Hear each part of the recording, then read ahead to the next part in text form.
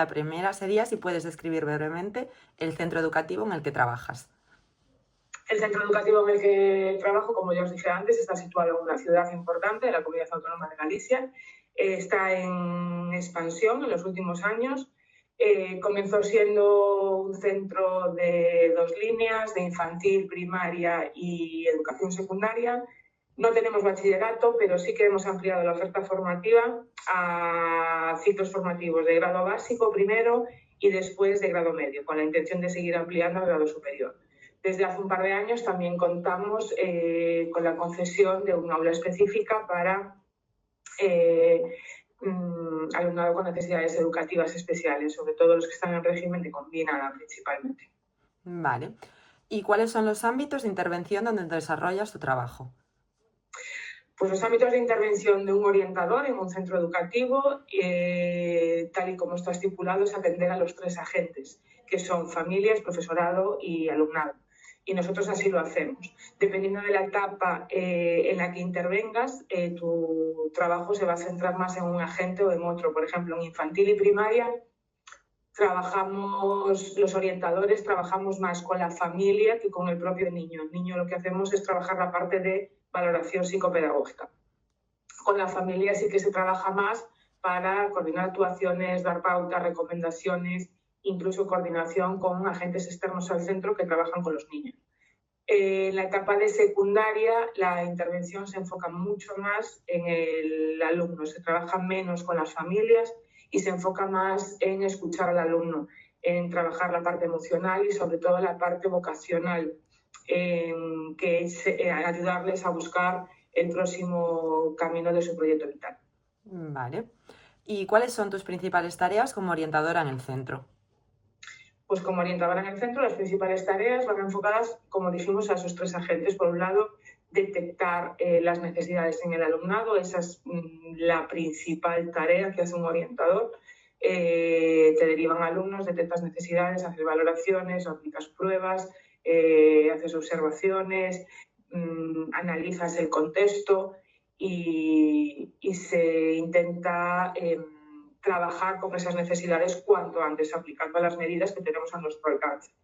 Después también trabajamos a nivel de profesorado, pues a nivel consulta y a nivel, sobre todo, de explicación de metodologías, de legislación, coordinación muchas veces entre los diferentes agentes que están en el aula, etc. Vale. ¿Y estáis desarrollando algún plan específico o programa en el centro actualmente? Planes como tal que se desarrollan en el centro, tenemos los que nos estipula la legislación en orientación, que es el Plan de Atención a la Diversidad, el Plan de Acción Tutorial y el Plan de Orientación Académico Profesional, el POAP. Pero a mayores desde el año pasado, los de este año, hemos implantado a nivel del centro un programa de tutoría entre iguales, el programa TEI, para prevenir el acoso escolar. Es una decisión de centro, una apuesta por la convivencia. Vale. ¿Cuáles son los principales retos que te enfrentas como orientadora en el centro? Pues retos muchos y cada vez más. Tenemos cada vez un mayor número de alumnado con necesidades educativas especiales. Tenemos cada vez más alumnado que se incorpora tardíamente al sistema educativo y que por lo general suele venir con desfase. Tenemos muchas necesidades y tenemos pocos recursos para poder solucionarlas. Entonces, ese ya es un gran reto. Otro gran reto es detectar las necesidades cuanto antes. Entonces, como que estamos buscando la forma de atajarlas desde la educación infantil. Se sabe, y la ciencia ya demostró, que de 0 a 6 es un periodo sensible en el desarrollo del cerebro. Entonces, ahí es donde hay que hacer el enfoque y atajar las necesidades. ¿Los centros actualmente qué crees que es lo que necesitan para mejorar esa atención a la diversidad? Recursos, muchos recursos no llegan, son innecesarios. Orientación necesita horas, pedagogía terapéutica necesita horas, audición y lenguaje necesita horas y después mucha formación para el profesorado. no formación al uso, no formación en trastornos específicos donde se da información que a lo mejor al profesorado no le resulta interesante o no le resulta necesaria, pero sí sería muy importante trabajar las bases del aprendizaje.